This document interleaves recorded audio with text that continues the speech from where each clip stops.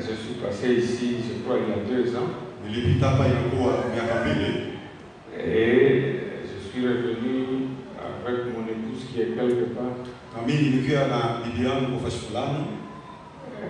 sais pas. Amen. J'étais venu pour certaines petites histoires. Et il a plu au pasteur de nous appeler pour dire un mot. Je crois que vous aussi, vous êtes d'accord avec cela. Le pasteur a toujours été une bénédiction pour nous chaque fois qu'il vient en Afrique du Sud.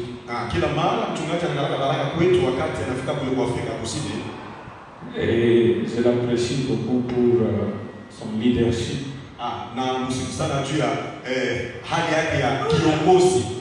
Et vous aussi pour les bonnes choses que vous faites pour le message du temps de la fin. Voir des œuvres grandioses. Parce que Frère Branham dit on reconnaît un homme par ses œuvres. C'est-à-dire vous êtes allé au travers des privations pour donner à Dieu un bon temple. Nos prières vous accompagnent afin que ceci soit un succès. Ça fait la fierté du message du temps de la fin. Et je salue le pasteur. Comme je le disais pour son leadership. Parce que le leadership est important pour accomplir de grandes choses. Et Dieu vous bénisse aussi pour votre participation. Parce que tous ensemble, vous avez accompli ceci. Et nous croyons que la fin sera la meilleure. Amen. Bon, ce soir, on m'avait demandé de faire une salutation. Les salutations sont difficiles à faire. Amen. Donc j'ai beaucoup cherché qu'est-ce que je peux dire.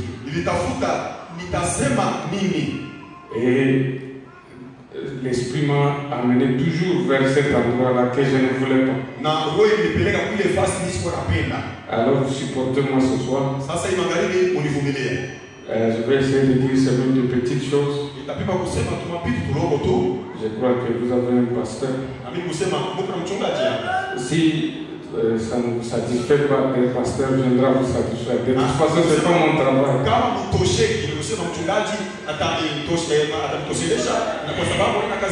Amen. Moi, je passe seulement. Amen. Si nous pouvons avoir la mobilité d'aller dans le livre de Matthieu au chapitre 24. Je vais lire en sautant. Chapitre 24, verset 1er. Comme Jésus s'en allait sortant du temple, ses disciples s'approchèrent pour lui en faire remarquer la construction.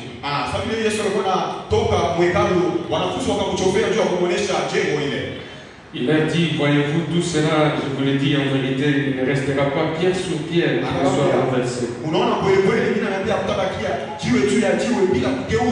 Il s'assit sur la montagne des Oliviers. Les disciples vinrent en particulier lui faire cette question. Dites-nous quand cela arrivera-t-il? Quel sera le signe de ton avènement?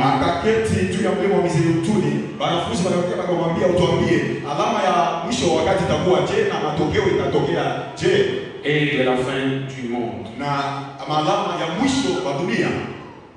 Je saute jusqu'au verset 33. Il dit, demain quand vous verrez toutes ces choses, sachez que le Fils de l'homme est proche à la porte. Je vous dis en vérité, cette génération ne passera point que tout cela n'arrive. Le ciel et la terre passeront, mais mes paroles ne passeront point. Maintenant mon message est ici. Pour ce qui est du jour et de l'heure, personne ne le sait. Ni les anges des cieux, ni les fils. Mais le Père seul. Mais ce qui arriva au temps de Noé arrivera de même à l'avènement du Fils de l'homme. Car dans les jours qui précédèrent le déluge, les hommes mangeaient, buvaient, se mariaient et mariaient leurs enfants.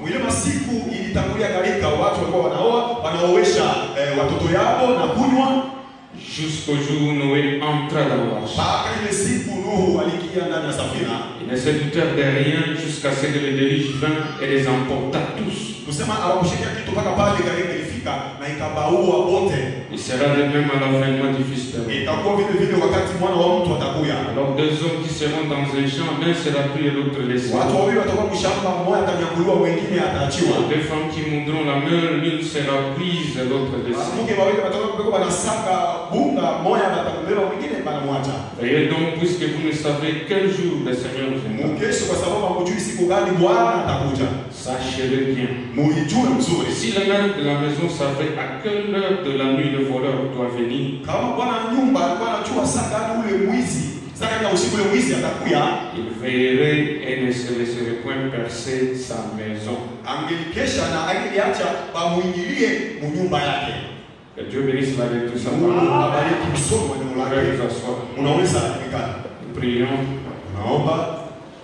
La gloire, l'honneur, la félicité, la majesté, le règne, la puissance te soient retournés. À toi le seul, l'unique, le véritable, ton nom est le Seigneur Jésus-Christ. Nos âmes te louent, t'adorent, Seigneur, t'élèvent et t'exaltent parce que tu es digne de louange. Tu es le seul vrai Dieu que nous croyons parce que tu es le seul qui a payé le prix pour notre rachat. Quand nous étions des pécheurs sans espérance, Seigneur, tu as donné le don amour qui s'appelait Jésus-Christ. Il est allé jusqu'à la mort à la croix. À cause de l'amour, il a donné sa vie pour ouvrir une voie au travers du voile, afin que le pécheur indigent puisse venir et entrer, Seigneur, et être en communion avec toi. C'est pourquoi ce soir, nous ne venons pas faire une religion, mais nous venons te contacter, Seigneur. Laisse que le réseau soit établi entre nos cœurs et toi, afin que chaque cœur, Seigneur Créateur, Dieu, puisse entrer dans tes secrets. Chaque cœur, Seigneur Dieu, puisse être mis en condition. Que chaque cœur puisse connaître le temps et les saisons dans lesquelles nous vivons et se préparer, Seigneur Dieu, pour notre sortie et notre glorification. Ô Dieu des prophètes et des esprits, viens ce soir, Seigneur, prends en considération les besoins de ce peuple. Je ne les connais pas, Seigneur, mais je sais qu'ils ont beaucoup de besoins. Il n'y a que toi, Seigneur Dieu, qui peut venir et répondre à chaque attente, Seigneur. Guéris les malades, sauve ceux qui ont besoin de salut, délivre les captifs, Seigneur Dieu, et viens, Seigneur Créateur Dieu, prendre la prééminence et le contrôle, Seigneur. Et moi qui parle, et mon frère qui est à côté de moi et toute l'assemblée, laisse que tous ensemble nous soyons placés, Seigneur Dieu, sous la connexion de ton esprit, afin que nous puissions dire comme c'est de maïs, que nos cœurs ne brûlent-ils pas au-dedans de nous lorsque nous parlons. Ferme ma bouche, Seigneur Dieu, ce qui n'est pas ta parole, mais laisse-moi, Seigneur Dieu, sous la force de ton esprit, que je puisse annoncer, Seigneur Dieu, la folie de l'évangile qui sauve les âmes et qui les amène vers toi, Seigneur. Bénis cette église, Père éternel, déverse de l'abondance ta bénédiction matérielle, financière, spirituelle et même physique, Seigneur Dieu, afin qu'ils arrivent à la fin de cette œuvre qu'ils ont commencé, Seigneur. Parce que ceci est fait pour ta gloire. Continue, Seigneur Dieu, à nous assister, comme nous abandonnons notre culte et chassons les diables de ces lieux, au nom de Jésus-Christ. Amen. Dieu vous bénisse. Je vais parler moi je parle toujours des histoires. Je vais parler de il ne se doutait de rien. Noé et sa colombe. C'est ça mon message. Noé et sa colombe. Noé. Ah, ok. Je ne connais pas bien, peut-être que ce soit bien. Comprenez. Noé et sa colombe. Je vais commencer par une citation de Frère Branham dans 1 sur 1 million. Au verset, je crois, 10 de ce message-là. ya hii ujumbe 1 sur 1 million. moja tu ya milioni moja. Frère Branham est en train de dire quelque chose. Il dit cette semaine, Le le Seigneur voulant, je l'ai vu, vous y parler un peu là-dessus lors de notre campagne ici. À l'Embassy Hôtel, et en quelque sorte pour que vous vous familiarisez avec mon humble manière de faire. Au temps et à l'heure dans lequel nous vivons. Si quelqu'un ignore quel chemin prendre, quoi faire et comment prendre un tournant, il ne marche pas par la foi. Il ne fait que deviner et présumer. Et présumer, c'est-à-dire s'aventurer sans autorité officielle. Ainsi, si nous n'avons pas de véritable autorité officielle pour savoir ce que Dieu a prédit pour cette heure-ci, comment allons-nous jamais faire face à cette heure? Et nous devons y faire face. En reconnaissant par la foi dans sa parole toutes les choses qui sont censées arriver maintenant. Nous devons reconnaître la condition des nations. Ça c'est numéro 1. 2. La condition des peuples. 3. La condition de l'Église.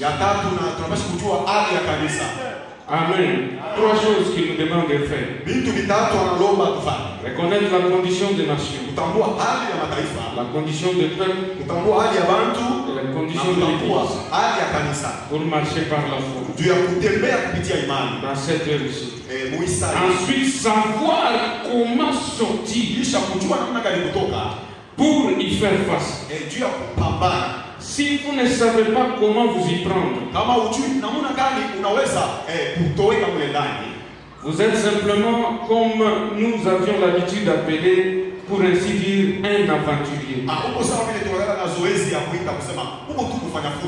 Quelqu'un qui saute simplement sur quelque chose et qui espère que cela aura lieu.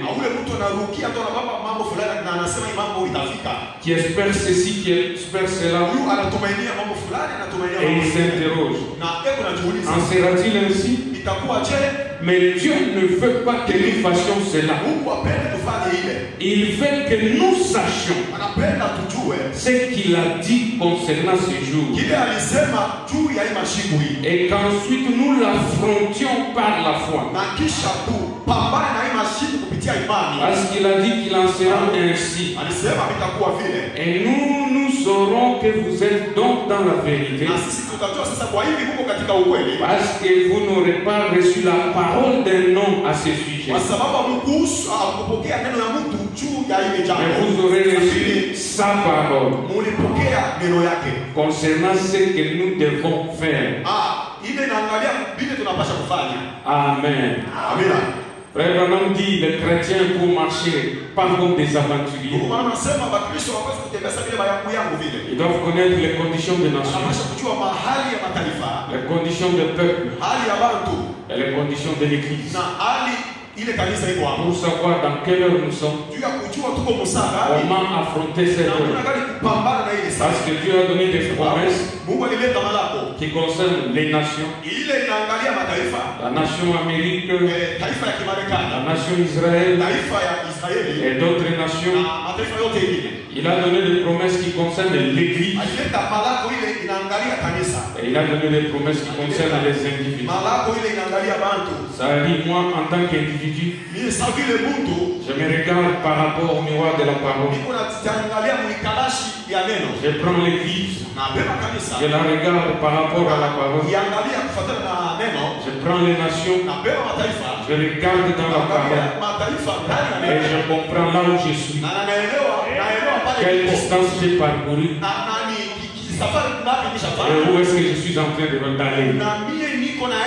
Et je regarde si ma vie marche en alignement avec la Iko parole natembea sawa sawa na neno. pour ne pas être surpris. Juu usishangale ile siku. Amen.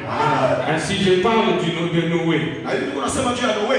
Maintenant Noé, Sasa tunasema Noe. vous ne le connaissez pas. Wewe humjui. Donc je parle de Noé. Niko nasemezea juu ya Noe. Tout ce que je parle Yote niko nasema de Noé Noe concerne Noé. binatuangalia asiye leo. Amen. C'est-à-dire, n'allez pas de Noé, Ni kusema msiende kule kwa soyez avec Noé. lakini mkuwe na Noe. Amen. Bila. C'était Jésus-Christ qui enseignait. Ilikuwa ni Yesu Kristo ndiye anafundisha. Ici dans Matthieu 24. Hapo katika kitabu cha Mathayo. Frère Branham dit, Ndugu wanasema c'était un matin avec ses disciples. ilikuwa ni usiku mwana wa mitume Les wake. disciples ont voulu lui montrer la beauté du temple. Walipenda kumuonesha urembo wa hekalu. Alors il leur a dit, Sasa aliwaambia, il ne restera pas pierre sur tunabakia pierre, jiwe juu ya que jiwe. tout ceci ne soit détruit. Yote ile itaangushwa.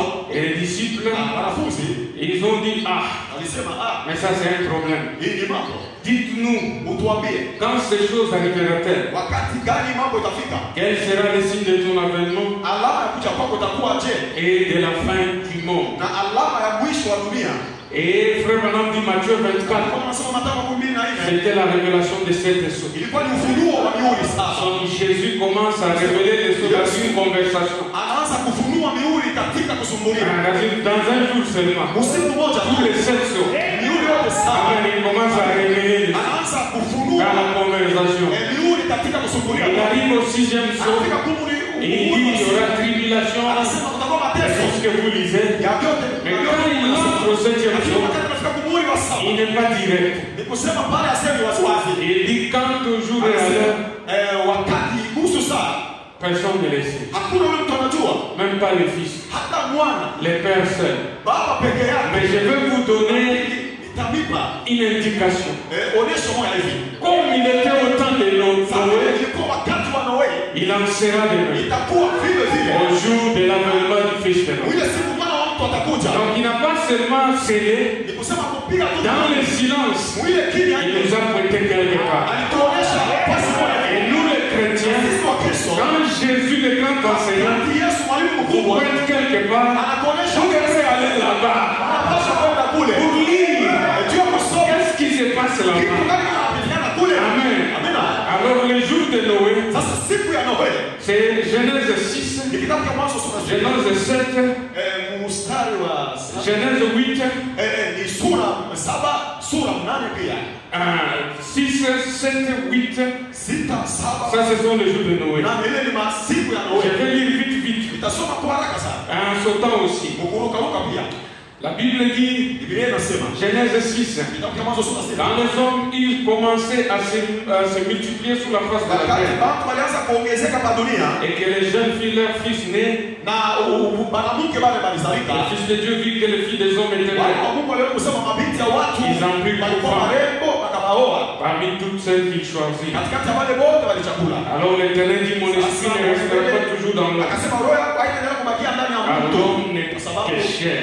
mtu ni mwili Et pale. ses jours sont de 120 Na ans. siku yake ni ya miaka 100. Il y avait les géants sous la terre en ce temps-là. Kulikuwa watu wakubwa ile wakati. Après que le Fils de Dieu fit venir le Fils des Kisha hommes wale watu kuoa et mabinti qu'il ya lui watu donnait des enfants. na wale mabinti ya watu wawazalia Ce watoto. sont ces héros qui firent fameux dans l'Antiquité. Ni wale wasuja walijulikana sana ile wakati ya zamani. L'Éternel vit que la méchanceté des hommes était grande sur la Aliona terre. kusema kubaya kwa bantu kukaongezeka kwa dunia. Et toutes les pensées de leur cœur se portaient chaque Na jour mawazo yao yote ya moyo ilikuwa uniquement vers le mal. inaenda pata kububaya. Chaque jour qui passe, Kila siku kunapita. l'homme était devenu un fabricant du mal. Mwanadamu alikuwa anafanya mpaka mambo mubaya. L'Éternel s'est repentit d'avoir fait l'homme Mungu akatubu juu ya kuweza et kufanya vit mwanadamu affligé dans son cœur. na akahuzunika ndani ya moyo wake. L'Éternel dit, j'exterminerai l'homme de la face de la terre, Nitaua mambo yote hapa dunia depuis l'homme jusqu'au bétail, kuanzia mtu mpaka kwa aux wanyama wote. reptiles et aux oiseaux du ciel, Kumandeke ile na car je me réponds de les avoir faits. kwa sababu mimi natubu juu ya kuweza kuwaumba. Mais Lakini Noé trouva grâce aux yeux de l'Éternel. Nuhu alipata neno kwa macho ya wa milele. Amen. Amina. Alléluia. Haleluya. Nous sortons 11. La terre était corrompue devant Dieu et la terre était pleine de violence. Mbele ya Mungu na dunia ilikuwa na mambo mabaya sana ya nguvu. plein de violence. Ilikuwa na ubaya sana. Dieu regarda la terre et voici elle était corrompue. Mungu akaangalia dunia ishaharibika. Car toute chair avait corrompu sa voie sur la terre. Kwa sababu kila mtu aliharibisha njia yake kwa Alors dunia. Dieu dit à Noé, Kwa sababu Mungu akamwambia Noe, la fin de toute chair est venue. mwisho wa kila mtu inafika. Car ils ont rempli la terre de violence. Kwa sababu banaanza dunia mubaya. Et je vais les détruire avec la terre. Na nitabaadabisha pamoja na dunia. Fais-toi une arche de bois. Wewe fanya ile safina ya mbao. Tu disposeras cette arche en cellules. Utaijenga ile safina kutuma chumba. Tu l'enduiras de bois en dedans et en dehors. Utaiweka ile kodi ile ndani na nje. Chapitre 7, je saute. Sura 7 minaruka. Laissez-moi seulement dire pour prêcher. Muniache tu nisome. L'Éternel dit à Noé, Wakienda kumwambia Nuhu, entre dans l'arche, ingia ndani ya safina. toi, Wewe, toute ta maison. nyumba yako yote. Car je t'ai vu juste devant moi parmi cette génération. Mikakati ya kizazi mimi nakuona kwa mwenye haki. Tu prendras auprès de toi 7 couples de tous les animaux purs. Utabeba wanyama yote 7 mandoa 7 vile. Faut continuer à lire. Muendelee kusoma. Chapitre 7, chapitre 7. Et Noé entra dans l'arche avec ses fils, sa femme et les femmes de ses fils. Nuhu akaingia safina na watoto yake na pour échapper au déluge. juu ya kuepuka ile gharika ile. 11. 11. L'an 600 de la vie de Noé. Nikusema miaka 600 ya maisha ya Nuhu. Les seconds mois, les 17e jour du mois. Ile mwezi wa pili wa siku ya 17 ya ile. Ce qui signifie non. Le 17e jour du mois. Nikusema ile siku ya 17 ya ile mwezi. Le second mois c'est mai. Nikusema ile mwezi wa pili wa 5 vile. Amen. Hein? Dans la Bible. Le premier mois c'est avril. Mwezi wa kwanza c'était le 17 mai. Kwa sababu ilikuwa ni tarehe 17. Nous sommes d'accord. À ce jour-là, toutes les sources de grands abîmes jaillirent et les écluses des cieux s'ouvrirent. Ile siku maji katoka kwa mashimo ya munene na ile maana kafunguka. La pluie tomba sur la terre 40 jours et 40 nuits. Mvula ikanyesha hapa pa Mulongo masiku 40 mchana na usiku. Amen. 17. Les déluge fut 40 jours sur la terre. Les eaux crurent et soulevèrent l'arche et elle s'éleva au-dessus de la terre. Les eaux grossirent et s'accrurent beaucoup sur la terre et l'arche flotta sur la surface de l'eau. Les eaux grossirent de plus en plus et toutes les hautes montagnes qui sont sous le ciel furent couvertes. Les eaux s'élevèrent de 15 coudées au-dessus des montagnes qui furent couvertes. Tous ceux qui se mouvaient sur la terre, tant des oiseaux, des bétails, des animaux, tous ceux qui rampaient sur la terre et tous ceux qui avaient respiration, souffle de vie dans ce et qui étaient sur la terre sèche moururent. Tous les êtres qui étaient sur la face de la terre furent exterminés. Depuis l'homme jusqu'au bétail, aux reptiles, aux oiseaux du ciel, ils furent exterminés de la terre. Et il ne resta que Noé et ceux qui étaient avec lui dans l'arche. 8. Amen. Nous sommes, ça je vais lire après.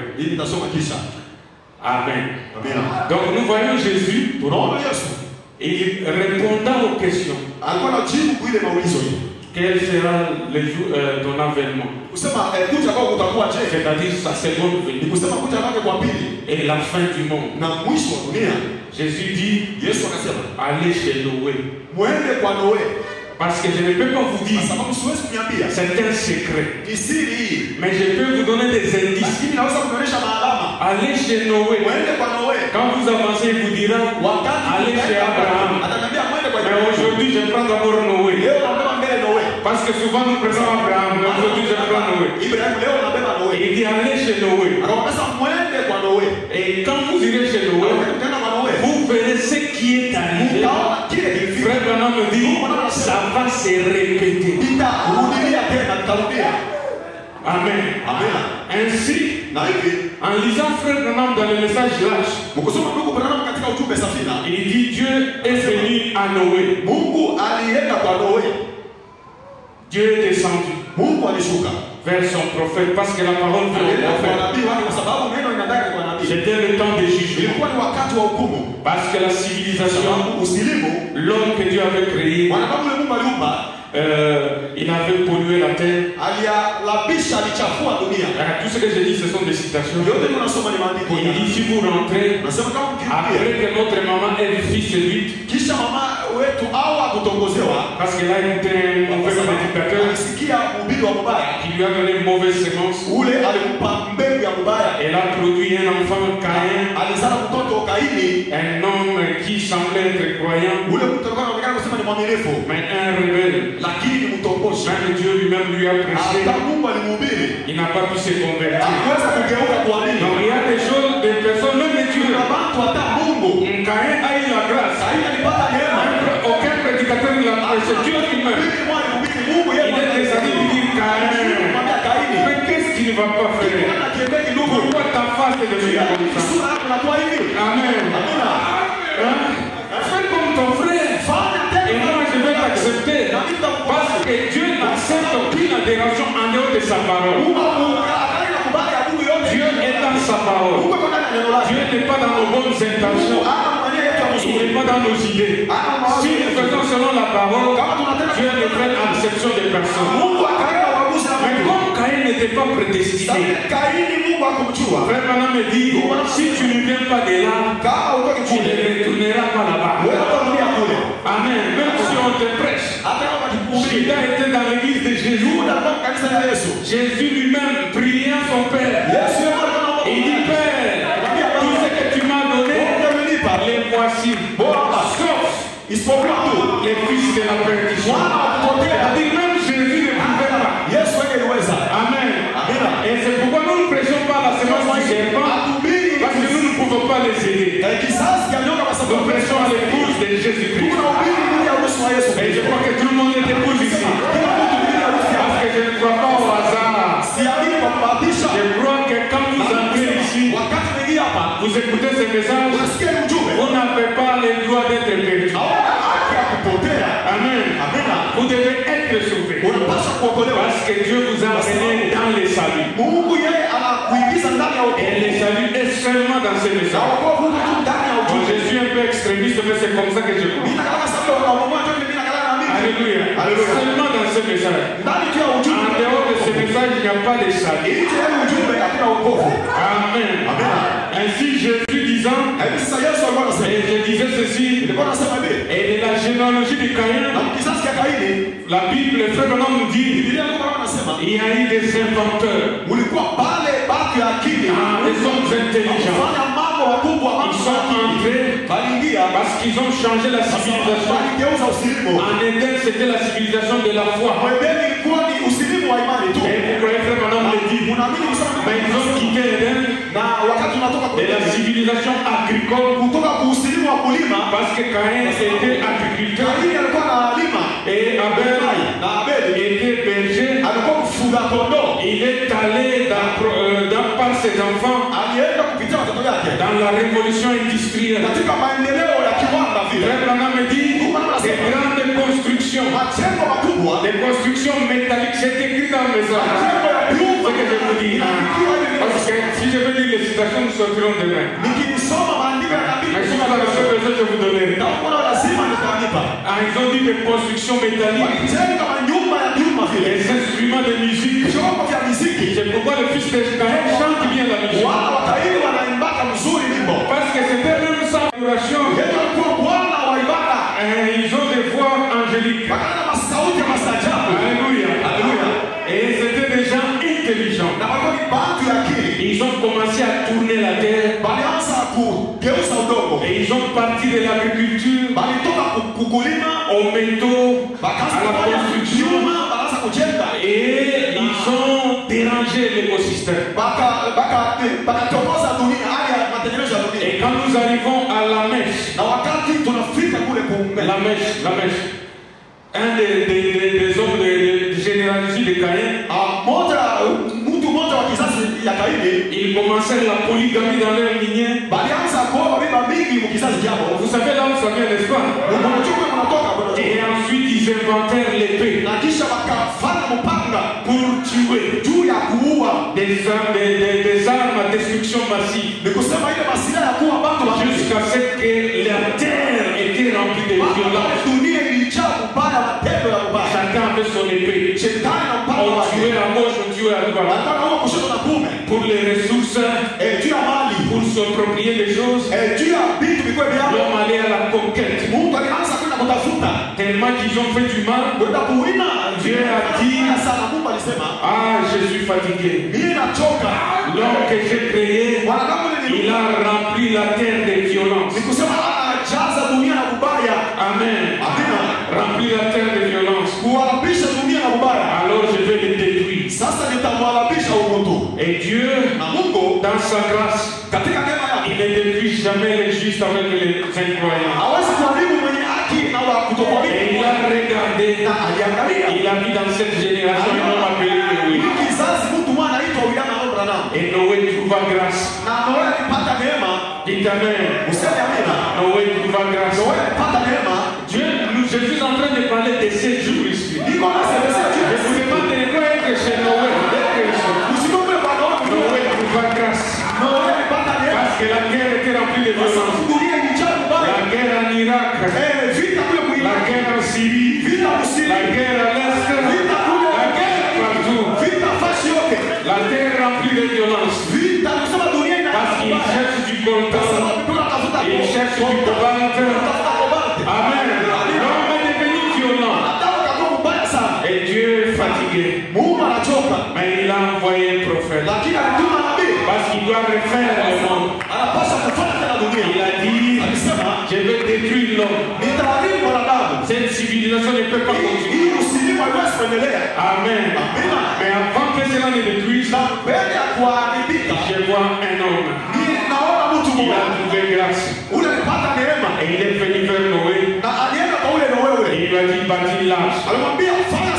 L'arche, frère Branham me dit, c'était la parole de Dieu. Je vais lire cela. L'arche n'était pas la pensée de Noé. Dites Amen. L'arche, c'était la parole. Ah, j'aime mon prophète. Et vous savez comment lui il dit ça? Vous allez aimer. Il dit ici dans la puissance de la transformation. Il dit 199. Remarquez. Au temps de Noé. Étant donné que la parole de Dieu avait été érigée pour flotter. La parole de Dieu est érigée pour flotter. Et bien, laissez-moi faire une petite remarque. Il ramène ça aujourd'hui. La parole est en train d'être assemblée pour être transformée et transportée de la terre au ciel. Vous voyez maintenant notre Noé. Donc quand le pasteur vient ici, la parole est en train d'être assemblée pour être transportée de la terre au ciel. Amen. On érige la parole. Amen. Ils ont bien vu la construction de la chose. Mais à cause de leur conception intellectuelle, ils se sont moqués ouvertement du prophète. Le message du 7e sceau a été moqué. Écoutez, frère Branham, ils se sont moqués du prophète quand il prophétisait au sujet du temps de la fin. Dites Amen. Noé prophétisait l'étape de la fin. La fin de toute chair est arrivée. Mais quand fait cette construction, cette construction était faite de la parole de Dieu.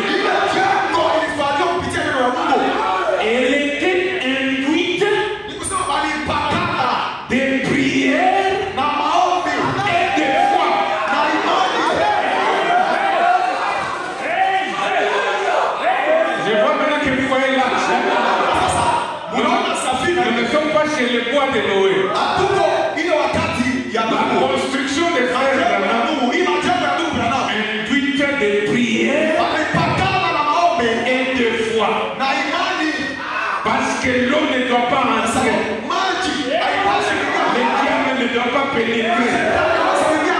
La foi est là. Et la prière, ça ferme les accès. Alléluia. Au-dedans et au-dehors. Quand les pluies sont venues, toutes les conceptions intellectuelles de leur religion sont mortes et pourries en plein dans leurs églises.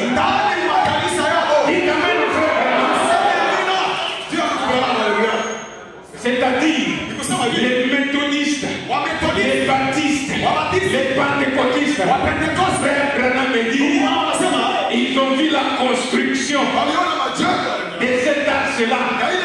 Ils se sont moqués. Alors que les prophètes prophétisaient le temps de la fin, à cause de leur conception, ils sont morts dans leurs églises.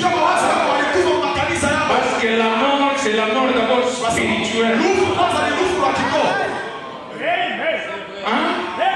Juste sur la terre. Ils sont morts. Et l'arche flotta au-dessus de tout cela. L'air semence scientifique aspergée a pourri en plein dans les jugements.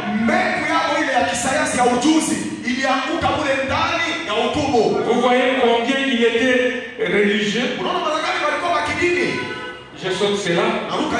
Ça, la première citation, c'était la puissance de Dieu pour la transformation. J'ai lu la deuxième. La puissance des transformations. Parce que là au-dessus, il parle de tout. Comment ils sont allés travailler dans la science. Laissez-moi commencer cela pour vous. Remarquez maintenant, quand ils sortirent de la présence de Dieu, Caïn, il commençait à construire des fils, de faire des instruments. Il commençait par la science à faire de l'airain et du fer, à jouer de la musique, ainsi de suite. Voyez, maintenant d'où cela est-il venu? Qui est sorti? Caïn, la semence du serpent. Vous le comprenez? Caïn est sorti. Notez, il est sorti de la présence de Dieu et commença à travailler dans la science. Maintenant, regardez, il continue à travailler dans la science. L'instruction, les villes, la culture. Tout cela, c'est du diable. Bon, je ne dis pas qu'il ne faut pas aller à l'école. Je fais que lire. Amen. Si vous avez trop de diplômes, dérangez l'église. C'est parce que c'est du diable. Les enfants de Dieu croient la parole. Amen. Même moi j'ai des diplômes. Mais je les oublie. Paul a dit, tout ce que j'ai appris, c'était zéro. Quand il a appris Christ, il a dit, qui a commencé cela? Les diables. Qui est aujourd'hui? Les diables. Les bombes atomiques et autres choses faites pour nous détruire. Nous vivons dedans. Nous devrons vivre ici. Nous sommes des êtres. Nous devons rester ici. Mais la grande civilisation de Dieu n'aura rien de tel. Voyez? Et la science prend des choses naturelles et les pervertit pour en faire des choses auxquelles elles n'étaient pas destinées. Écoutez maintenant. Au jour de Noé, ça c'est un autre message. Il pouvait prouver qu'il n'y avait pas d'eau là-haut. Mais Dieu avait dit qu'il en tomberait. Et cela arriva. C'est exact. La même chose au jour où la parole sémence de Noé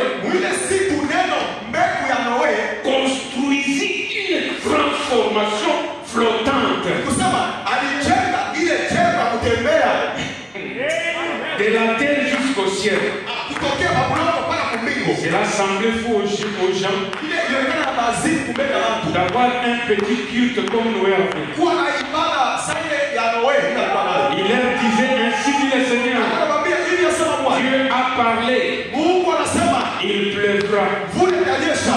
La science et les gens instruits Sayansi na watu et baadhi les religieux de l'époque na wale watu badili wa ile wakati. disaient regardez ce vieux charlatan. Unaangalia mtu mchawi. Il devient vieux, il perd la raison. Ni kusema ili aweze kuzeeka akili inaanza kwenda. Mais il avait raison. Lakini alikuwa na sheria. Parce qu'il était un prophète confirmé. Kwa sababu alikuwa na lile Mungu aliyakiri. Alors au temps de la fin, Sasa wakati wa mwisho son message fut vraiment confirmé. ujumbe wake ulihakikishiwa kweli kweli. Que ferait-il? Atafanya nini? Il transforma Aligeuza de la terre kutoka kubulo vers la gloire kuelekea utukufu par un arche. kupitia safina. La parole qu'il prêchait Neno la Bwana ubiri fut transformée. iligeuzwa. La pulvérisation scientifique a pourri Ni kusema ile ujuzi wa kisayansi ilikufa ilioza et le reste d'entre eux dans le jugement. na mabaki mengine yale mhukumu Il pourrit dans les eaux du jugement. balioza mwile maji ya hukumu. Jésus parlant du 7e vaisseau, Yesu alikuwa anasemezea juu ya muhuri wa saba. parlant du silence. Alikuwa anasemezea juu ya ile kimya. N'est-ce pas cela? Frère Branham dit, 7e vaisseau, c'était un silence. Alisema muhuri wa saba ilikuwa ni kimya. Dieu n'a rien laissé. Mungu hakuacha Et kimya. quand Jésus prêchait les sons, Lakini Yesu anahubiri ni ubiri. il a bien prêché. Alihubiri. Arrivé au 7e, Wakati alifika il muhuri wa dit saba. personne ne sait. Anasema hakuna mtu anajua. Même le fils. Hata mwana. Mais, Lakini comme il était au temps de Noé, sasa ilikuwa wakati wa et Noe. frère Branham dit, Ndugu mwana anasema ça va se répéter. ile mambo yakarudia tena. Et quand nous sommes allés chez Noé, Na wakati tulienda kwa Nuhu, nous trouvons tunaona pale que Noé devait construire une arche. Nuhu alipaswa kujenga safina. L'arche avait 3 niveaux. Safina na machumba tatu. C'est que je dis, vous connaissez. Frère Branham dit la justification, la sanctification et le baptême du Saint-Esprit. Utakaso na ubatizo wa Roho Mtakatifu. C'était les 3 parts de cette arche-là. Machumba tatu ya ile safina. Et Branham nous dit, l'arche était induite Safina walipakana des prières et de foi. na maombi na Je imani. ne pense pas que c'est l'arche de Noé. Siwezi kusema ni sanduku ya Noe. Parce que l'arche de Noé n'avait pas la prière et la foi. Kwa sababu safina ya Noe Amen. alikuwa na La justification, la sanctification, le baptême du Saint-Esprit. Les 3 niveaux. ile machumba tatu. L'arche avait une porte.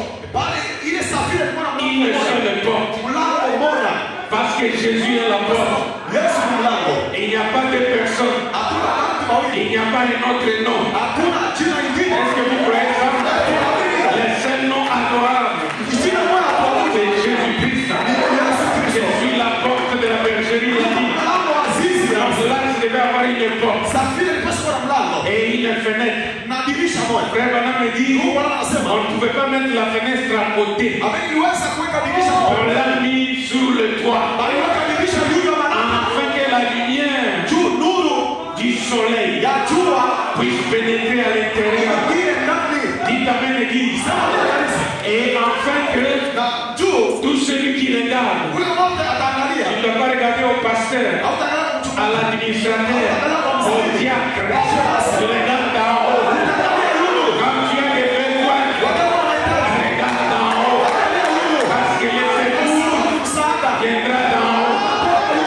Amen. Quand il a érigé cette parole, alléluia. On a dit maintenant, la parole est prête. Amen. Fais entrer tes enfants, ta famille, tout le monde. Hébreux 11. Je vais le lire vite. Écoutez ce qu'il dit. Ah, j'aime la Bible. Il dit, c'est par la foi que Noé, divinement averti. Hein? J'ai dit, soyons ici, ne soyons pas là-bas. Divinement averti. Et puis, c'est la première chose que vous devez avoir. Vous êtes avertis par la parole. Les messages. Que ce monde se disloque. Dites Amen. Parce que Noé prêchait la tempête qui approche. Avertissement puis jugement. Il était en train de prêcher les choses qui doivent arriver. La tempête qui juge. Il était en train de prêcher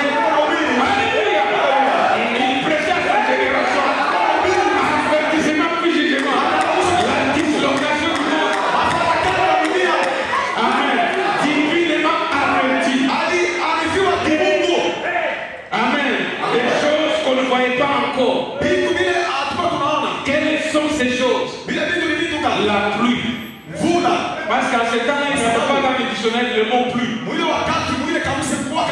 La foi n'est pas dans le naturel. C'est un sens de l'âme. La foi croit Dieu. La foi n'explique pas. Dieu a dit à Noé, il va pleuvoir. Noé est sorti, il va pleuvoir. Les scientifiques ont regardé. Dictionnaire. Pluie. Il n'y a pas.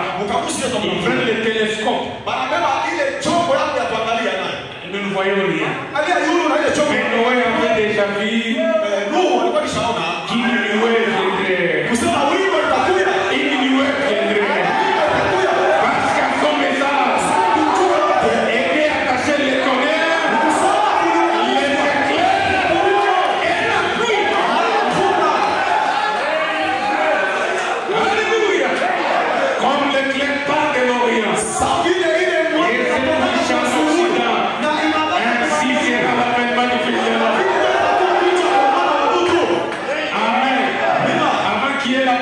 C'est étonné. Vous donnez la foi à ceux qui sont dans l'âge. La foi de l'aveugle. Alléluia. Amen. Les choses qu'on ne voyait pas. Vous aussi vous croyez des choses.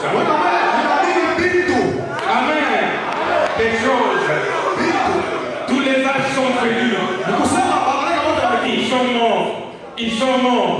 Ils sont morts. Mais cet âge ici, Frère Branham me dit, il y aura certains parmi nous qui ne verront pas la mort. Comment vous allez expliquer cela? Je ne sais pas. Mais Dieu l'a dit. Il y aura des gens qui vont entrer au ciel. Amen. Divinement averti.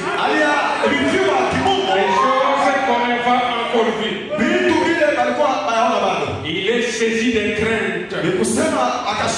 Troisième chose, honorer les messages. La crainte de l'Éternel est le commencement de la sagesse. Amen. Il construisit l'arche. Amen. Frère Branham dit l'arche c'est Christ, n'est-ce pas? Et si vous croyez le message, vos œuvres prouveront votre foi. Noé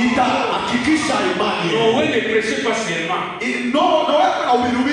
Écoutez mes frères, il ne faut pas se plaindre beaucoup. Moi Dieu ne m'a pas béni. Le pasteur me demande, je ne sais pas comment je vis. Est-ce que Dieu a donné l'argent à Noé? Les bois là pour aller les chercher, vous savez c'était où? Amen. Il n'y avait pas de moyen de transport. Dieu il dit faites. Il dit sa parole. Vous devez faire l'autre part. Si les bois étaient à Kawama, allez-y. Amen. Vous n'allez pas dire Seigneur, amène le bois. La Bible vous dit que Dieu veut dire décharger le bois. Ni plou, ni bois, ni marteau. Il a dit construire l'arche. Il va chercher les bois loin là-bas. Pas les bois qui sont près de ta maison. Bois de mon frère. C'est ce que moi j'ai fait. Amène ça. Et tu prendras un autre arbre. Dites amen. Frère Branham me dit l'arche c'était des arbres. On a coupé l'un pour lui soutirer la sève. On a coupé l'autre pour lui nourrir de cette sève. Christ est mort et sa vie est venue sur nous. Protection, sécurité contre les intempéries. Alléluia. Parce que les jugements vont tomber, mais vous ne devez pas tomber dans les jugements. Qu'est-ce qui va résister?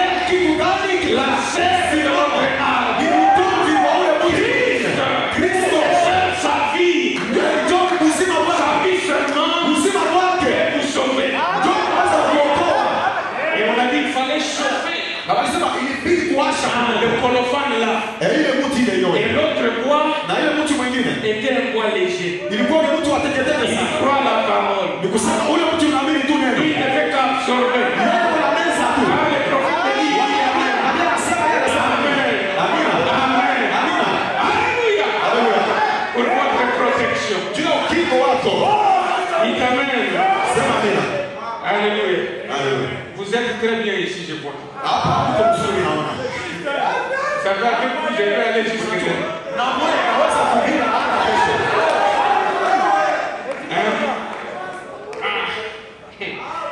Vous êtes très fort.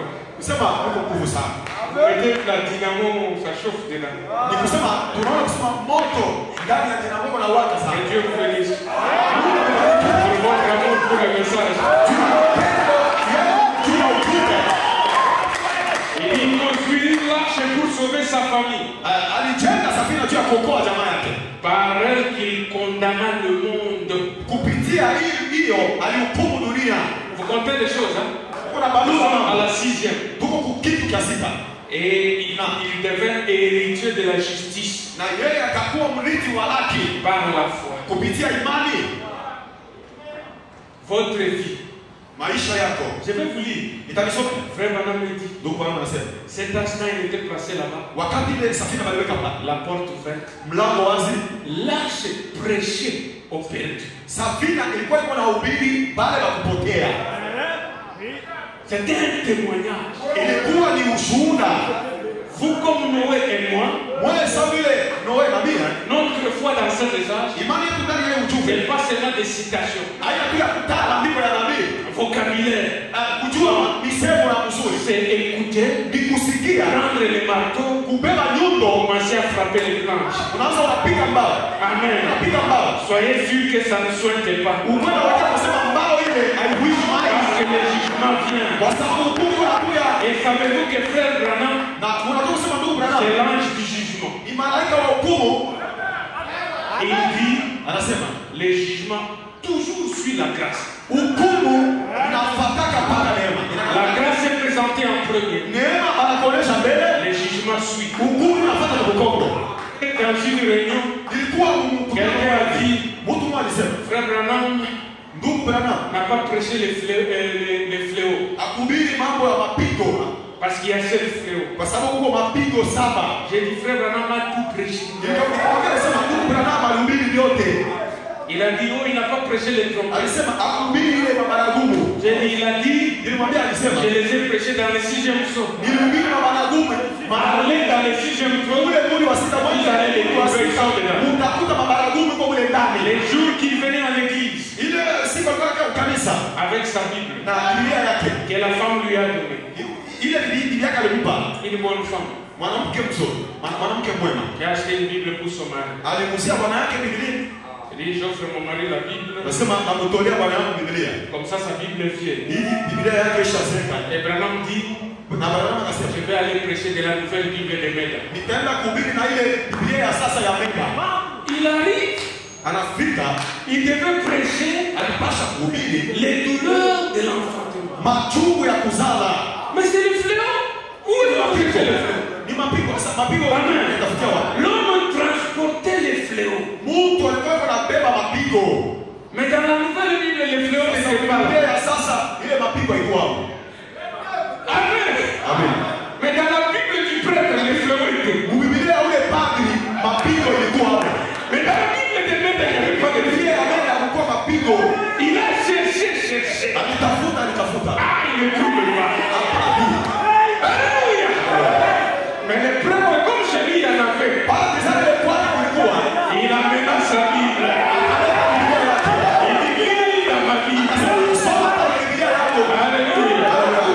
Et il lit. Na akasoma. Vous savez, quelquefois, Unajua wakati nous lisons des citations anasoma maandiko ile sans vraiment comprendre. anaelewa. Imaginez, Mwaze kwanza. on produit des Bibles par milliers. Msema anafanya Biblia ya mingi maelfu. On les amène, on les distribue dans la ville. Banaikabula mumuji. Mais la Bible est là. Biblia ile. Là où il n'y a pas de fléau. Ayakula kuna mapigo kule. Frère Branham savait. Ndugu bwana alikuwa anajua. Mais dans la Shekera, Mega dans le magasin X pour donner à son mari qui est prophète et qui voudra prêcher là-bas, là où les pages sont collées. Vous pensez que c'est les hasards?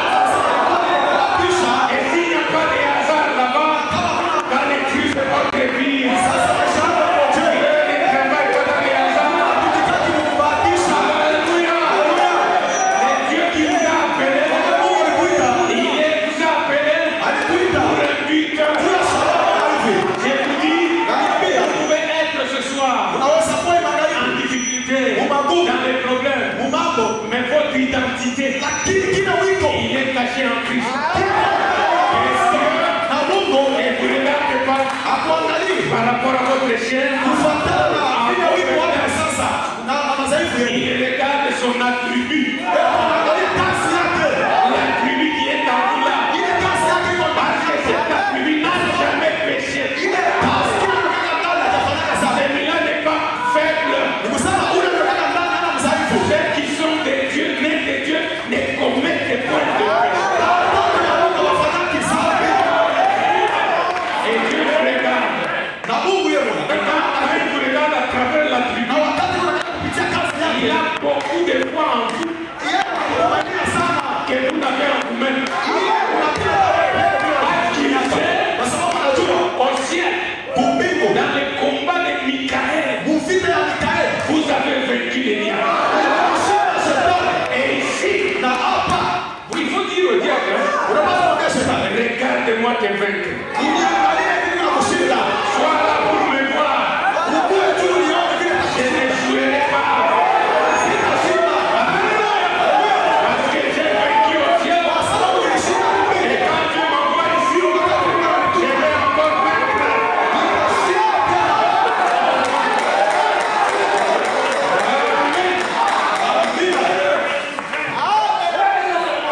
Alléluia. L'arche, elle a été érigée, la parole. Et on a mis le poids là. Un mélange.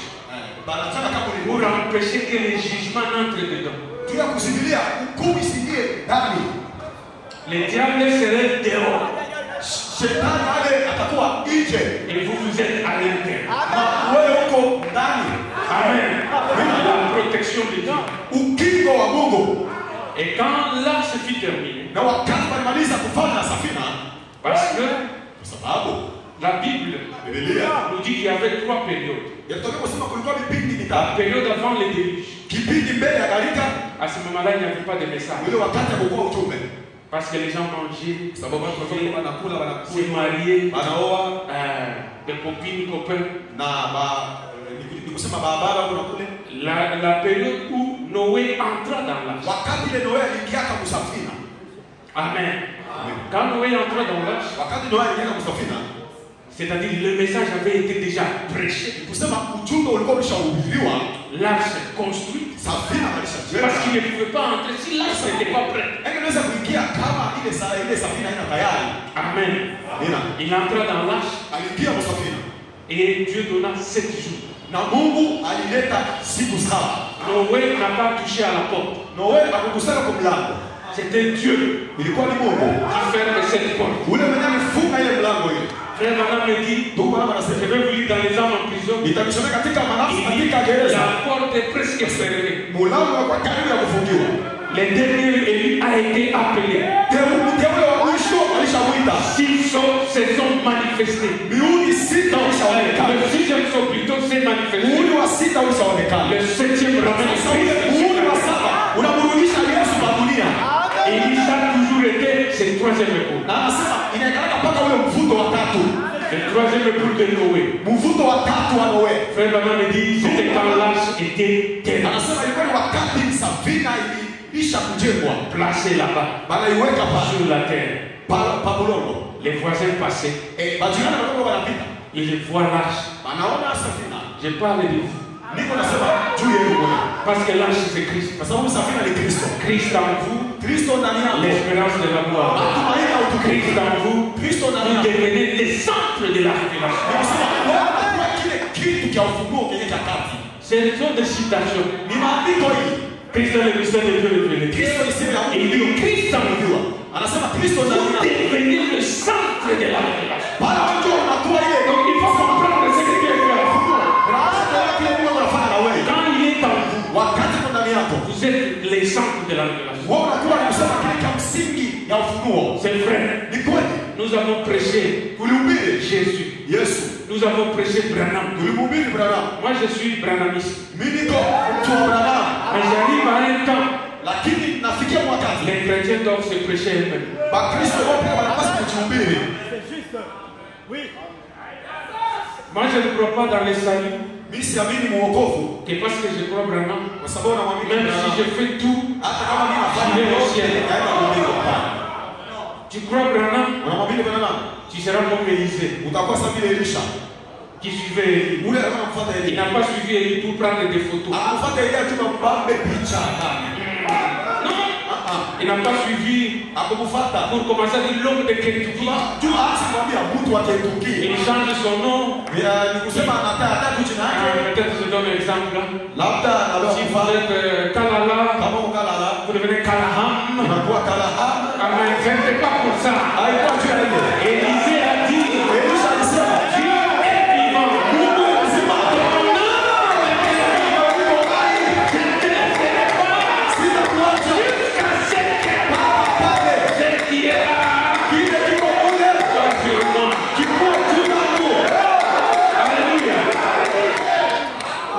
Personne ne peut douter de Branham. Il était la représentation de la parole faite chair.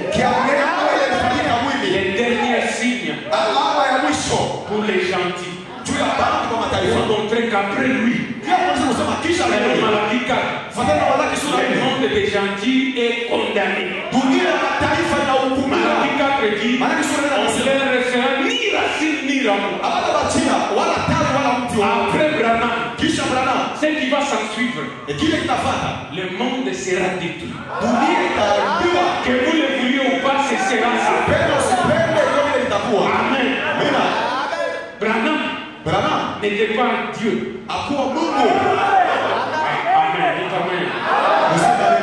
Mais Dieu, c'est voilà en Branham. Le messager n'est pas le fils de l'homme. Mais il présente le fils de l'homme au public. Alléluia. Et le fils de l'homme ne vient que 3 fois. Donc oubliez vos fils de l'homme de Kinshasa. Il n'a que 3 fois. C'est Abraham avec Jésus et avec Branham.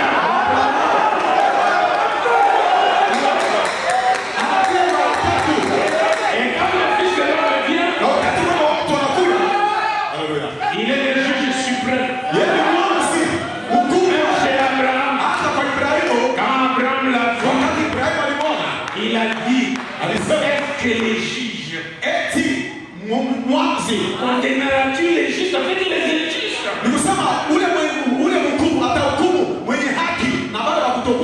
Quand Dieu devient juge, vous devenez intercesseur. Amen. Abraham, lui ne condamnait pas. Lui intercédait. Parce que le trône de la grâce, dans le sanctuaire plein de fumée, c'est dans l'épouse. Frère Branham dit, l'épouse devient le sang par l'esprit. Citation. Amen. L'épouse, c'est le porteur de la miséricorde. N'amenez personne en enfer. Même s'il est mauvais, soyez comme Abraham. S'il est 50, amen. Est-ce que tu vas tuer? S'il est 20, parce que le juge est apparu. Alléluia. Et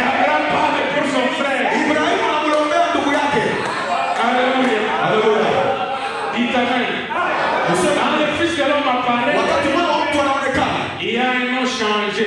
Kunakuwa jina pale inabadilishwa. Et Dieu Na Mungu n'a pas mis les H seulement chez Abraham. hakuweka tu ile ashi kwa Abraham. Nous oublions. Tunasahau. Il a mis les H aussi chez Sarah. Aliweka ashi kwa Sara pia. Lisez la Bible. Usome Biblia. Elle s'appelait Sarai. Jina lake lilikuwa ni Sarai. Il enlève les I. Mungu anatosha ile Il i. met les H. Mungu anaweka ashi. Alléluia. Pourquoi? Juu ya nini? Parce que c'est au travers de Kwa Sarah sababu ni kupitia Sara que la vie sera manifeste. uzima utaonekana. Abraham, il Ibrahimu était porteur de la sémence. yeye ndio alikuwa anabeba ile Mais mbegu, Sarah lakini Sara produira le fils promis. ndio atazaa ule mwana wa anapo. Dites Amen. Sema nini? Vous ne voulez pas vous croire. Wewe upendi kujiamini kile wewe. Abraham n'est pas ici. Ndugu Abraham vile, Mais vous, lakini moyo sans nous, bo bila shie ne peut pas arriver à la terre. basi kutabirika. Il faut que nous ici, Inakubidi shie nous devenions la parole. tukuye neno. C'est pourquoi Abraham a dit, Ndio ile Abraham je alisema n'amène pas les gens à me suivre moi, ni kusema mimi sifikishi mambo kujifuata mais mimi, d'avoir une relation personnelle. lakini ni papanane kiupekee na Mungu. Amen. Ndio Un contact avec Dieu. upatane na Mungu wako. Où ton réseau fonctionne. Kusema mtandao uhusiano huko. Ton christianisme ne doit pas être toujours Mkristo wako upashi kuya tu. votre correspondant et soit éteint, Asema kusema mtandao wala simu ya ule mtu fulani anakuandika. soit hors de périmètre cellulaire. Wala kusema eko fasha kuna rezo. Vous allez beaucoup déranger le pasteur. Kusema mtamshukuru sana mchungaji. Parce que tu vas utiliser toujours son réseau. Kwa sababu nataka kutumisha paka mtandao. Il faut que tu aies aussi un réseau. Wala pesa kwa uhusiano Quand le pasteur est loin, ton réseau aussi fonctionne. Les dieux du pasteur deviennent ton Dieu. Les dieux du pasteur deviennent ton Dieu. Comme les dieux de Branham est devenu son Dieu. Vous croyez, n'est-ce pas?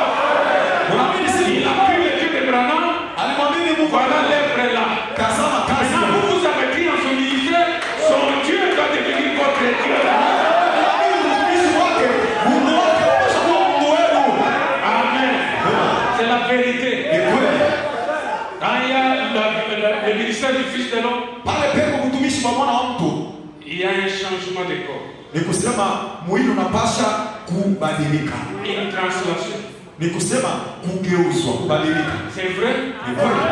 Les gens qui étaient vieux Wale watu walikuwa wazee sont devenus jeunes. wanakuwa vijana. Quand il y a le ministère du Fils de l'homme, Wakati wanakuwa mtumishi wa ule mwana wa mtu. une cité des gentils doit tomber. Ni kusema ile mji wa mataifa unapasha kuanguka. Sodome et Gomorrhe est tombé dans le feu. Ni kusema Sodoma na Gomora inapasha kuanguka En dessous. chini kabisa. Capernaum est allé en descente. Kapernaum ilienda iko na shuka chini. Los Angeles doit aller en descente. Mji wa malaika ulienda pia unaanguka chini. Au temps de Jésus, Wakati wa Yesu, le ministère du Fils de l'homme, utumishi wa yule mwana wa il y a mtu eu la résurrection. kulikuwa ufufuko. Amen. Amina. Au temps d'Abraham, Wakati wa il Ibrahimu y a eu le rajeunissement. kulikuwa kurudishwa Au temps kichwa. d'Abraham, Wakati wa il y Abrahamu aura et la résurrection et le rajeunissement. Tous les deux ensemble. kusema utarudia kiama na utafufuka vyote viwili. Est-ce que c'est la parole? Eti ni neno. C'est un ministère parallèle. Ni utumishi wa kufanana. À tout point. Mumanuka yote kunafanana. Je continue. Niko naendelea. Là, j'ai terminé. Sanduku inamalizika. Safina inamalizika. 7 jours, Siku saba. le 17 mai. Ile tarehe 17 mwezi wa tano. Parce que Noé est entré le 10 mai. Noe aliweka tarehe 10.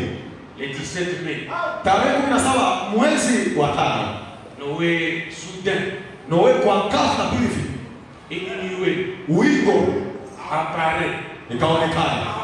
Les tonnerres grondèrent. Ngurume ikaanza kusikilika.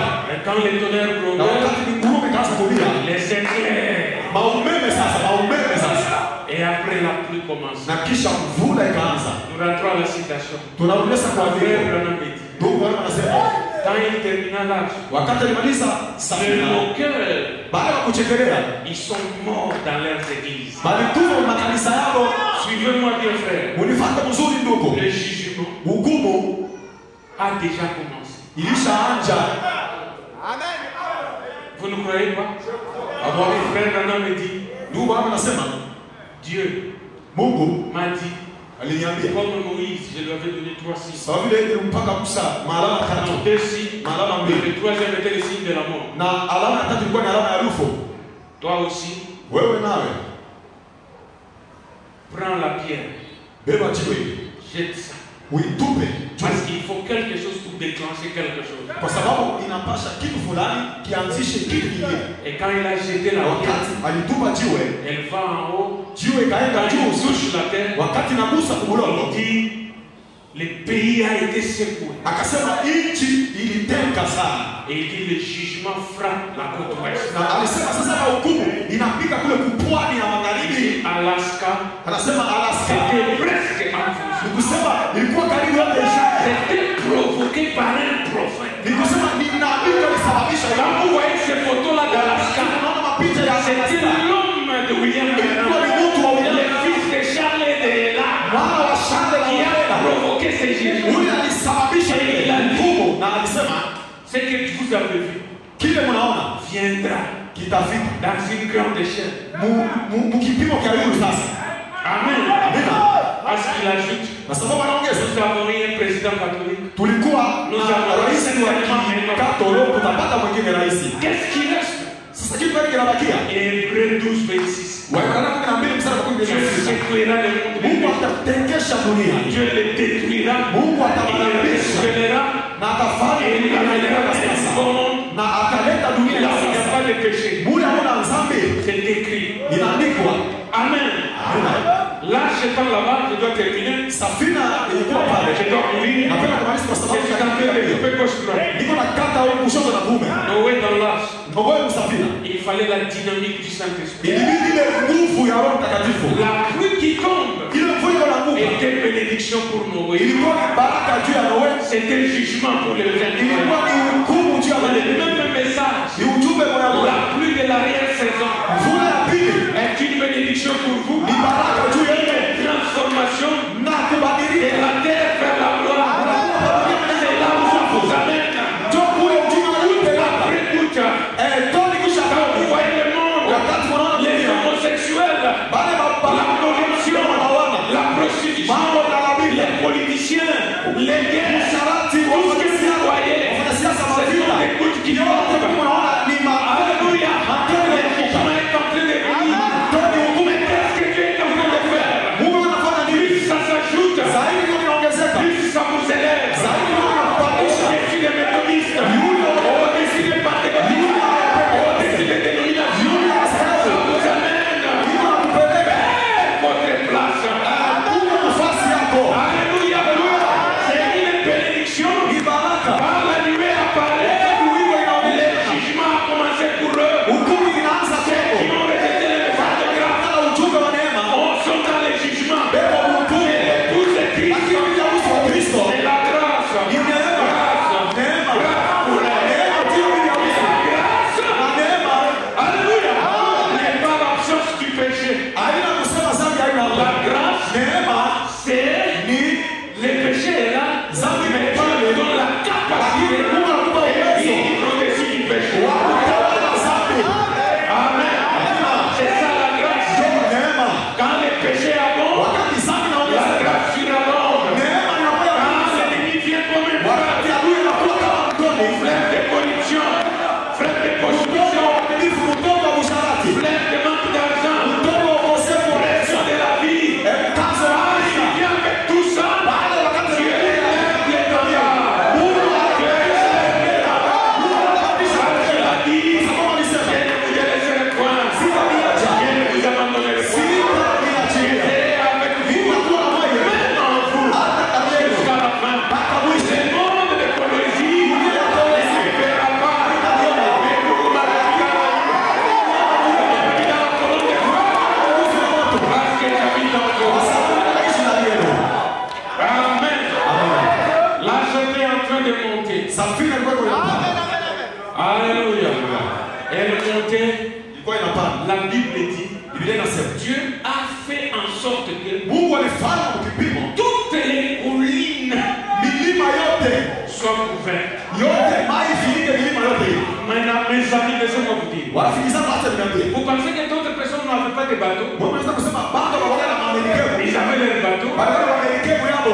Mais les éclairs, Maumeme inaangusha ile Amerika yanashabisha.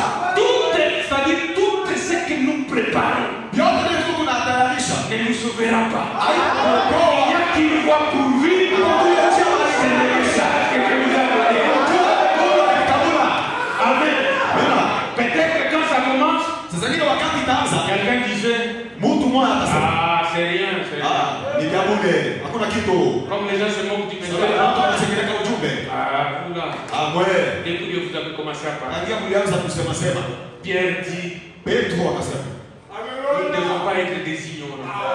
asi hatupashi kwa sababu bado Parce que hatujui. le monde sur lequel nous sommes Dunia hii ambapo tuko a été tiré de l'eau. ni kusema ilitoshewa maji. Et ce monde d'antan Na ile dunia ya zamani a été submergé de l'eau de Noé. ni kusema maji ya wakati ya Nuhu ilimeza. Et ce monde sur lequel nous Na hii dunia est tunayoipo réservé inatayarishiwa juu ya moto. C'est la Bible. Ni Biblia. Amen. Bila. Mais même si ce monde, Sasa kama wakichekelea le juge a déjà prononcé. huyo mhukumu alishatamka hukumu yake Le jugement frappera ce monde. na hukumu itapiga hii dunia. Mais pour les chrétiens, Kwa Kristo courir dans l'arche, ni kusema mwani kimbilie msafiri, courir en Christ, kimbilie ndani ya il Kristo. n'y a point de condamnation. Ni kusema hakuna Pour ceux qui hukumu sont en Jésus-Christ, bali weko ndani ya Yesu c'est Kristo. des lieux de repos, Ni nafasi ya mapumziko, des lieux de consolation. nafasi ya faraja, Et ça flottait. na ilikuwa inaelea, ilikuwa inatembea juu ya maji. Je ne fais que citer les citations. Frère Branham me dit, ce n'était pas facile. Alikuwa teketeke Là, à l'intérieur, mule il y ndani, avait des secousses. ulikuwa safiri ilikuwa inatembea ndani. Même si une secousse restait, Hata kama n'abandonnez pas les messages restés. Il y avait des secousses. safiri ilikuwa Il a inatembea. dit, Alisema on lui donnait les rapports. alikuwa anampa On ile n'a pas la nourriture pour les animaux. ana chakula chini ya wanyama. Les lions veulent manger l'autre. Simba anapenda kula simba mwenyewe. Noé, comme il était commissionné, Sasa vile yeye alikuwa il savait comment conduire. alikuwa anajua Les lions, tais-toi. Simba wewe kala Ah, frère lion, tais-toi. ndugu Simba kala kimya. Ne mange pas, frère antilope. Hapana kula ndugu mtoko Dans la ndugu msafiri. Kuna panda. Amen. Mais les bas, c'était pour les reptiles. Ni kusema ile chini ndio mafashi ya wanyama. Vous n'êtes pas reptile, ne restez pas là-bas. Ni kusema usibakie sawa wale wanyama wa kutambaa hapa. Les suivants, c'était les oiseaux. Ya kufuata ile ilikuwa ni mandege. Ce n'est pas votre place. Haina fashi yako. Votre place était la troisième étape. Fashi yako ilikuwa ni chuma ya Parce tatu. qu'à la troisième étape, Ile chuma ya tatu. vous pouvez voir les lever du soleil. Sasa kutoka kwa jua. La lumière Nuru. du monde nouveau Dunia ya sasa. entré par là. Ilikuwa inaingilia pale. Amen. Amina. Alléluia. Haleluya. C'est combien de temps, pasteur? Pour que... Chungaji na dakika ngapi juu? My. 7 minutes qui restent. Dakika 7 inabakia. Amen. Alors, permettez que je parle seulement. Sasa niruhusu niseme tu. Si c'est faux, pasteur va corriger. Kama ni jambo mchungaji anataka kutengeneza. Amen. Frère Branham dit, Mungu anasema dans l'arche montée, wakati safina ilikuwa inapanda, Dieu a fait en sorte que toute leur science, Mungu alifanya ile kujua wote mawazo yako pour se sauver, juu ya kujiokoa soit submergée yote na jama par les jugements. na jama ndani ya hukumu. Il n'y a aucun endroit où vous pouvez fuir. Hakuna nafasi ile unaweza Il n'y kukimbilia. a pas d'échappatoire. Hakuna kwa kukimbilia. Le seul endroit, Fashi moja l'arche.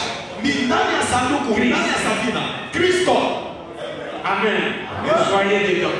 Kuwa Et ndani Christ, c'est la parole. na Kristo ni neno. Parce que l'arche, c'est la parole.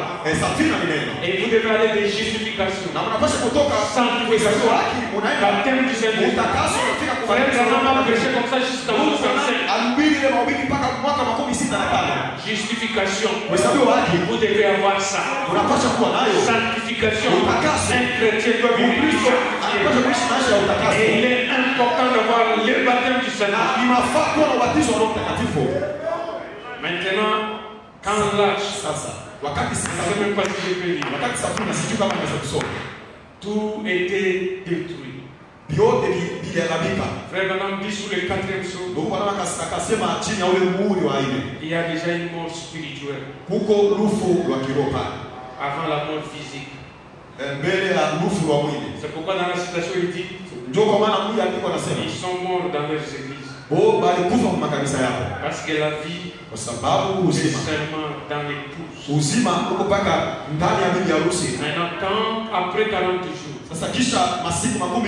l'âge revient. Parce que l'eau redescend. Mais écoutez, frère Branham, c'est étrange. Il dit, ça je dois lire. Ça je dois lire. Moi je veux lire des petits détails. Il dit, là c'est cette année se poser sur la 7e montagne. Amen.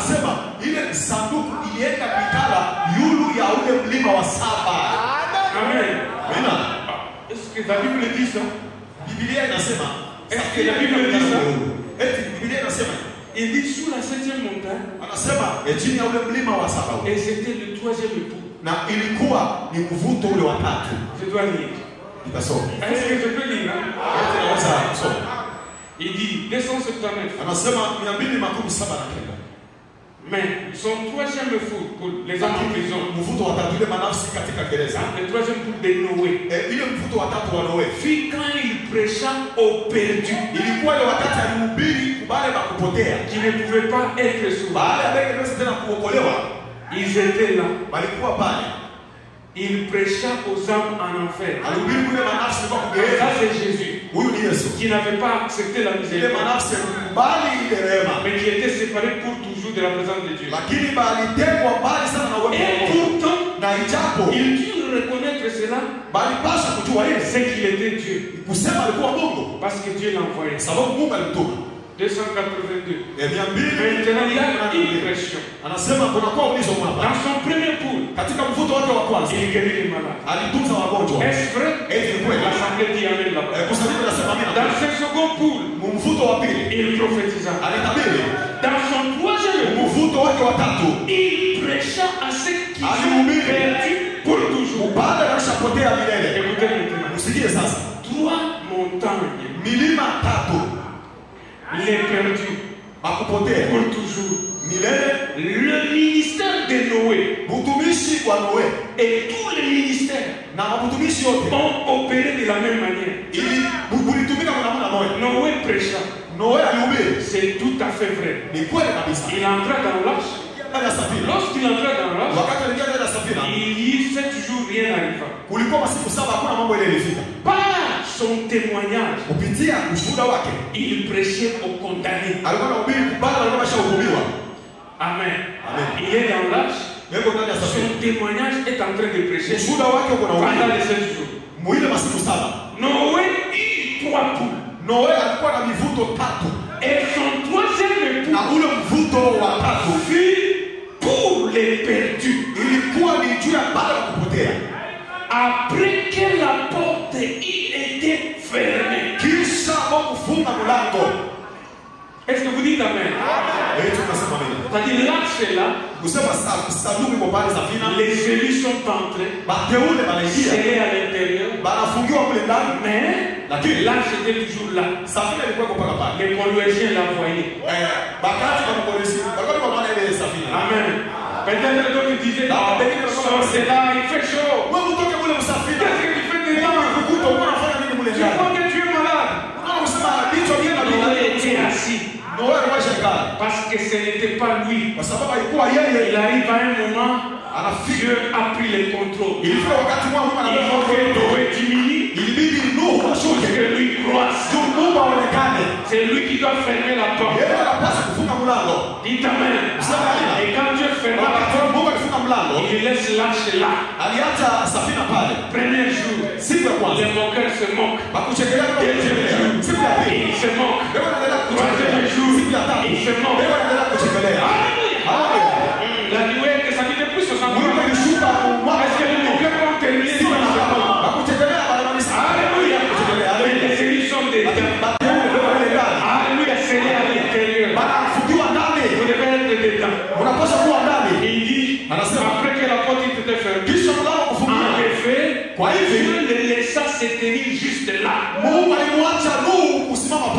personne ne pouvait entrer ou sortir. pale mtu alipaswa kutoka na kuingia. Et ils étaient à l'intérieur. Walikuwa ndani. Voilà maintenant. Car comme sur la 7e montagne, sawa vile mwile chini ya ule mlima wa 7, la montagne la plus élevée, ule mlima wa yulu sana, c'est là qu'il déposa l'arche. Ndio pale aliweka safina Sur la montagne. juu ya mlima. Écoutez, Usikie. tous ceux qui rejetaient le message de l'heure Wote walikatala ujumbe wa siku avant le jugement, mbele ya hukumu. l'évangile fut prêché premièrement aux condamnés Injili ilihubiriwa kwanza kwa wale wakuhukumiwa avant qu'ils partent sans miséricorde. mbele ya kwenda makufe bila rehema. Noé, lui, s'est tu. Noe alikala kimya lwake, Mais son témoignage, lakini ushuhuda wake, vous voyez l'importance d'un témoignage. unaona mafaa ya ushuhuda. Dieu ferma la porte après son 3e époux. Mungu alifunga mlango kisha. Mina. Et si le deuxième et le premier et le deuxième époux sont sans contester, Kama mvuto wa kwanza na wa pili anakubisha, y a-t-il encore des doutes dans votre esprit au sujet du 3e? kuna mashaka tena kuhusu kuna mashaka ndani ya moyo wako Au sujet du premier kuhusu et du deuxième? mvuto wa tatu. Est-ce arrivé exactement comme il a dit? Eti nilifika mpaka vile alisema. Alors pourquoi douter du 3e? Jua ni Mungu unashakia wewe mvuto wa tatu. Voyez? Unaona? Pourquoi douterez-vous de cela? Jua nini unashakia vile? Les 2 premiers sont identifiés. Mami mvuto ya mbili ya kwanza ce matin. balisha ihakikisha. Et le 3e poulet aussi identifié. Na nihakikishe kusubiri kusema ile mvuto wa tatu balisha uhakikisha. Il dit souvenez-vous. Anasema mkumbuke. Vous me suivez, hein? Mkumbuke. Et ce sommet. Ile machongo ile, machongo. 7 sommets. Machongo 7 ile. On pourrait vous le dire. Banaweza kukwambia. Il n'y avait pas un autre sommet après cela. Hakukuwa chongo ingine kisha ile. C'était à la ligne. Ilikuwa inapatana mstari. Partage continental. Ni kusema ilikuwa na kaula maichi mbili tuseme. De là, à partir de là. Kuanzia pale. Ça va tout droit dans le désert. Inaelekea mpaka mchangwa. L'éternité commence là. Umilele kuanzia pale. Alléluia. Maintenant il parle de quoi? De Noé. Hebu nasema juu ya nani hapa? Juu ya Noe ama juu yake yeye mwenyewe? Les 7 pics là. Ile machongo ya milima saba C'était quand Dieu lui a dit. ilikuwa ni wakati Mungu Et alimwambia dans la brèche. wima katika peke. Qu'est-ce que tu vois? Anamwambia unaona Il dit, nini? je vois cette colline. Naona milima Quel saba. est ton nom? Jina lako ni William Marion Grana. William Marion Grana. Ton nom est écrit là-bas. Jina lako wanaandika kule. Il y a 3 sommets, Anasema huko machongo tatu. mais il y a 7 collines. Lakini huko milima Les 3 représentent les 3 poules de ta vie. ile machongo tatu inaonyesha vivuto tatu ya maisha. Alléluia. Haleluya. Là, il dit, Sasa lâche. ile safina C'est posant ilikaa sur la 7e juu ya mlima à la limite wa des continents. saba. Mwisho wa ile À kontinenti. partir de là, Kuanzia pale. l'éternité commence là. Unaanzia pale. C'est quel âge? Sasa ni kizazi gani? Alléluia. L'éternité commence là. Umilele unaanzia pale. Moi, je ne fais que lire. Mimi ndio nasoma wangu tu. Amen. Ça commence là. Umilele unaanzia pale. Et dans notre message, il dit, Na ujumbe mwingine anasema c'était la limite entre le bien et le mal. ilikuwa ni mpaka katikati ya uzuri na ubaya. Hein? Il dit, c'est typique Anasema ile machongo saba ya milima jusqu'au partage de l'eau continentale. mpaka pale kontinenta ilijikamula. C'est juste entre le vrai et le faux. Ni katikati ya kizuri na kibaya. Là, là, là. Pale katikati ile mstari ile. Mon problème, Unacharisha. l'âge se pose là. Mambo yangu ni safina inatua pale. Et le reste, hein, Na maliza je ne peux pas kuhubiri. continuer. Mabaki Laissez-moi vous encourager seulement. Muniache tu nilipe nguvu ndani. Quand l'âge se pose là, Wakati safina wanaweka pale, Noé Noe ne pouvait pas voir là où il allait. angeweza kuona kule alikuwa anaenda. Maintenant, Sasa qu'est-ce qu'il devait faire? kitu kale alipaswa kufanya, Il ouvrit une partie de la parole alifungula kipande sehemu ya neno qui était fermée. ile ilikuwa maisha funga. N'est-ce pas cela? La Bible dit qu'il ouvrit les parties supérieures de l'arc. Alifungula ule yulu pande ya yulu. Il commença d'abord alianzia kwanza par enlever frère Corbeau. Kutosha ndugu kunguru Kabemba. Il les libère. Anamfungula anamtosha ndugu Kabemba. Frère Corbeau est parti. Ndugu Kabemba kaenda. Parce que comme le frère est hypocrite, sababu ndugu ni munafiki. Lui il mange les choses pourries. Et Apocalypse 19 dit les oiseaux des cieux mangeront leur chair. Et il y en avait à beaucoup. Les frères est allé festoyer.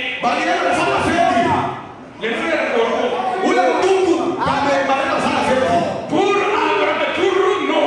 Pour Noé, c'était la preuve que l'ancien monde est mort. Parce que si le corbeau revenait, il n'allait pas trouver de quoi lui réjouir. Mais comme il ne revient pas, il a trouvé quoi manger. Les frères Branham me dit, parce que dans les frères corbeaux, il y a beaucoup d'amertume. Et pour manger beaucoup de nourriture corrompue, il faut avoir une certaine quantité d'amertume. Amen. Pour la digestion. Et frère, ne devez pas avoir l'amertume. Amen. Il y avait un autre frère, Colombe. Dans les frères Corbeau, il voyage de pas. Le pasteur comprend. Nous sommes au troisième tour. Chaque semence se reproduit.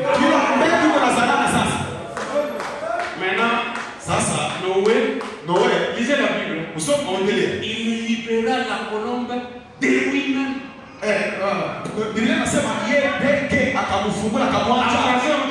D'auprès de lui-même. On n'a pas parlé de la même manière du corbeau.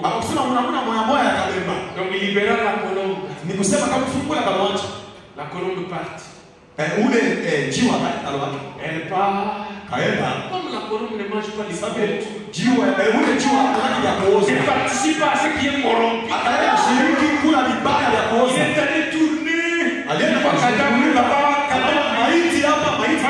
non. Il revient à l'âge. Noé compris. Est-ce que votre colombe est là? Libérez la colombe ce soir. Si vous êtes coincé, Branham nous parle dans les yeux d'une colombe. Il dit les armées américaines étaient coincées dans une vallée. Ils étaient prêts à mourir. Il n'y avait pas de munitions. Mais l'un d'entre eux a fait sa colombe. Ils ont pris un message. Ils ont mis au pied de la colombe. Ils ont libéré la colombe. Et a commencé à voler. Quand les Allemands, au démon, quand ils ont pris la colombe, ils ont compris que l'homme aura un secours. Ils ont commencé à tirer la colombe. Ils ont tiré la colombe. Mais ça, Branham me dit, elle était une bonne colombe. Elle n'a jamais abandonné. Elle savait que la vie des soldats dépendait d'elle. Elle est allée tomber dans les quartiers généraux. Et quand elle est tombée au quartier général, elle est morte là-bas. Mais le message est arrivé. Le ciel s'est déployé. Les armées américaines allaient secourir. Et cette fois, le Branham dit, il y a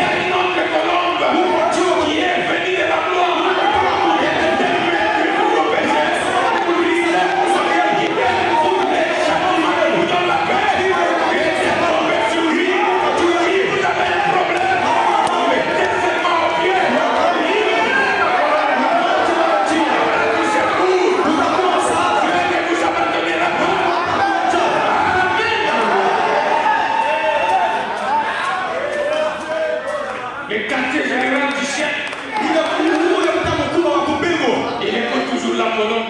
Yeye anamsikia kama ile Et njiwa. frère Branham me dit, Ndio Bwana anasema, Noé avait sa colombe. Noe alikuwa na njiwa wake. Jésus avait sa colombe. Yesu alikuwa na njiwa wake. Je ne vous parle pas d'un oiseau.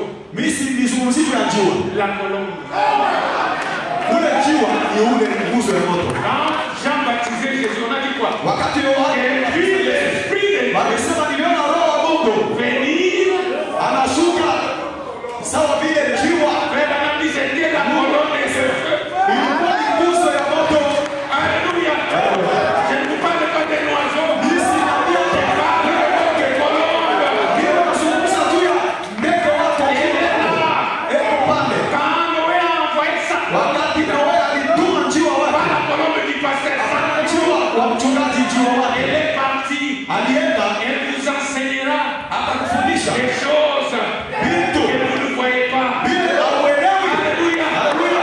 Dans l'impossible, Wakati dans l'inconnu, katika kile vous haiwezekani, ne pouvez pas voir. katika kile hujui, katika kile hawezi kuona, ya kile alikwambia Vous avez un consolateur. wewe unafariji, Il est toujours avec vous.